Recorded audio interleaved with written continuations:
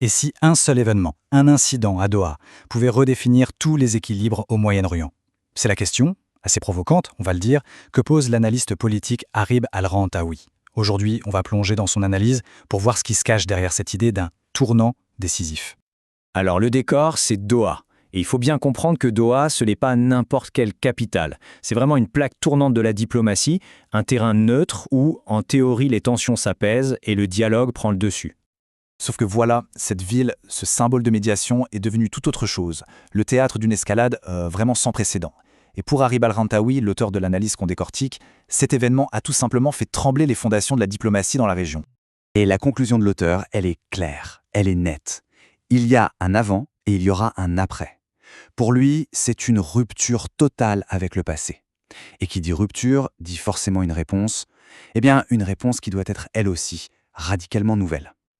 Ok, mais on peut se demander pourquoi. Pourquoi cet événement serait-il si différent? Qu'est-ce qu'il a de si spécial? Eh bien, selon l'analyse, c'est simple. Une ligne rouge a été franchie. Et attention, pas n'importe laquelle. Ici, il faut vraiment saisir la nuance, c'est la clé de tout. Jusqu'à maintenant, on avait des attaques, disons, à Beyrouth, à Téhéran, à Damas, qui visaient ce qu'on appelle des alliés, des proxys. Mais là, à Doha, on change complètement de dimension. La cible, c'est le leadership politique d'un mouvement. Et ça se passe où? Sur le sol d'un État arabe souverain, un État qui est en plus un médiateur central dans la région. C'est ça, la grande différence. Et attention, on ne parle pas de n'importe quel pays. L'auteur insiste bien là-dessus. Le Qatar, c'est une capitale arabe souveraine, un membre fondateur du Conseil de coopération du Golfe, un membre actif de la Ligue arabe et surtout un acteur connu dans le monde entier pour son rôle de médiateur. Donc pour l'auteur, s'attaquer au Qatar, c'est comme jeter à la poubelle toutes les règles du jeu diplomatique. Et pour bien comprendre pourquoi cette attaque est vue comme un possible tournant, il faut faire un petit retour en arrière. Parce que l'analyse met le doigt sur un problème de longue date, une série de réponses arabes qui, selon l'auteur, n'ont servi à rien. Et là, le constat de l'auteur est brutal, mais clair. Des années de condamnation et de déclarations fermes n'ont eu absolument aucun impact sur le terrain. En gros, des mots, mais jamais d'actes qui suivent. Et voilà le cœur du problème soulevé par l'analyse. À force de condamnations qui ne sont suivies d'aucune action concrète, on a créé un sentiment d'impunité totale. C'est devenu une sorte de rituel prévisible et donc complètement inefficace. Et ce schéma, il est presque mécanique. Regardez, il y a 2 ans, la guerre à Gaza commence. Réponse, des condamnations. Plus récemment, les attaques s'étendent en Cisjordanie, à Beyrouth, à Damas. Réponse, encore des condamnations.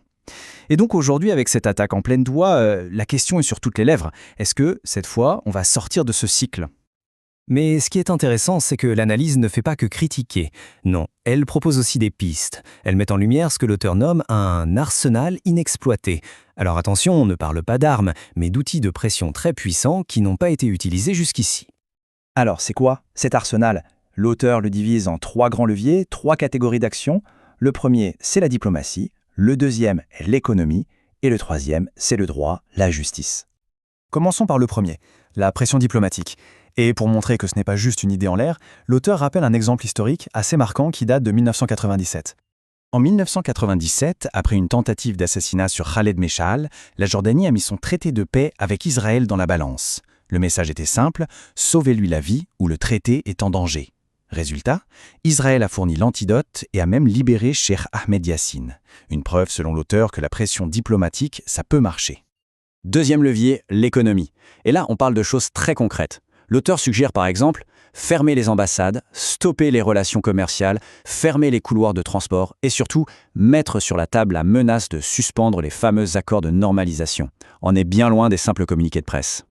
Et l'impact irait bien au-delà. Selon l'analyse, ce genre de mesure mettrait une pression énorme sur les alliés, notamment les États-Unis. Pourquoi? Parce que ça menacerait directement une de leurs plus grandes réussites diplomatiques de ces dernières années, les accords d'Abraham.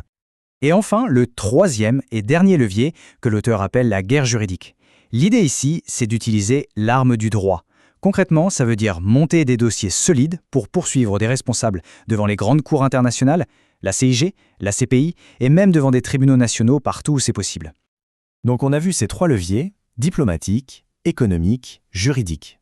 Tout cet arsenal potentiel nous ramène inévitablement à la question de départ, la question centrale de toute cette analyse. Est-ce que Cette fois, ça va être différent, c'est la question que pose l'auteur. De manière très directe, on est vraiment à un carrefour. Et il y a deux chemins possibles selon lui. Le premier, c'est celui qu'on connaît. L'indignation monte, puis elle retombe, les condamnations sont publiées, et puis plus rien. L'impunité continue. L'autre chemin, c'est la rupture. Une action forte, coordonnée, qui utilise les leviers dont on vient de parler pour peut-être changer l'équilibre du pouvoir. Alors, faut-il être optimiste ? L'auteur lui-même admet que si on regarde le passé, il y a de quoi être pessimiste. Mais il ajoute une nuance de taille. Cette fois, l'enjeu est différent. Le danger est plus proche. Il utilise une image forte, parlant du feu qui brûle dans nos vêtements, un état après l'autre. Et il conclut avec un avertissement qui est, il faut le dire, assez glaçant. Il dit en substance que continuer sur la voie de l'inaction, ce n'est pas seulement un échec face aux menaces extérieures, c'est aussi prendre le risque de voir exploser des vagues de colère, à l'intérieur même des pays. Une double menace, en quelque sorte. Et c'est sur cette pensée percutante que se termine son analyse.